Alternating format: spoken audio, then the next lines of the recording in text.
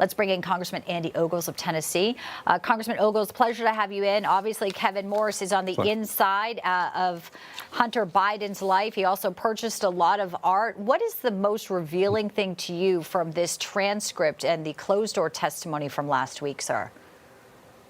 Well, I think, at the end of February, at the end of this month, we're going to have 3 associates come before Congress and testify. So hopefully, it will be even more enlightening. But look, if my children, if my members of my family were taking the amount of dollars from foreign international entities, right, or even just a wealthy donor, if your family, right, was doing the same thing, you and I would be cellmates. Closed book, right? The media would be on top of us. They would not give us a break at all. But Biden and his son are getting a pass here. And this is a demonstration of how the Justice Department, how the media has been weaponized against Republicans, against conservatives, against you and I.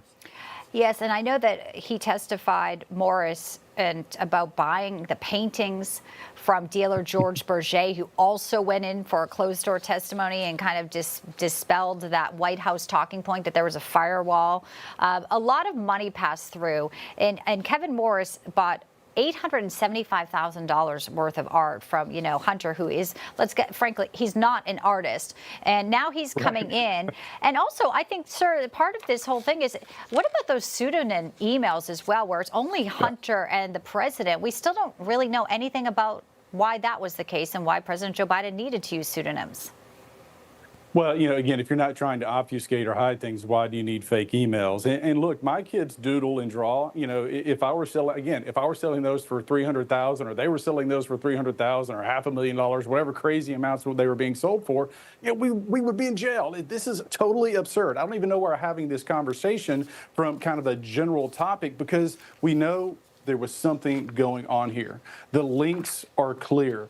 Foreign entities, donors were funneling money to Hunter Biden, to the family members. There were kickbacks taking place going directly to Joe Biden. The links are there. But look, this should frighten you, the American public, and why 2024 and this election is so important, because there is a double standard at play. You have 2 layers of justice in this country right now, and it's on full display with Donald Trump. Look, you can like Donald Trump, you can not like Donald Trump, but the fact that he's being persecuted because people don't like him. Look, our founding fathers warned us about this. When you have a weaponized judiciary, a weaponized justice system, this type of political retribution playing out in the courts, it was indicator of the fall of Rome. It was an indicator of the fall of the British Empire. And we are at the doorstep of repeating history. And if we're not careful, if we don't pursue justice, and look, it's got to be about justice. It can't be about a vendetta. It can't be political. It's got to be about justice. Right, that's right. The next step will be Hunter Biden coming in for his closed-door deposition in several weeks. We'll be watching that closely. And you're right, a lot of distrust in our government right now. Americans looking at the 3-letter agencies saying, could I be next? Congressman Andy Ogles of Tennessee, appreciate your time, sir. Great to have you in.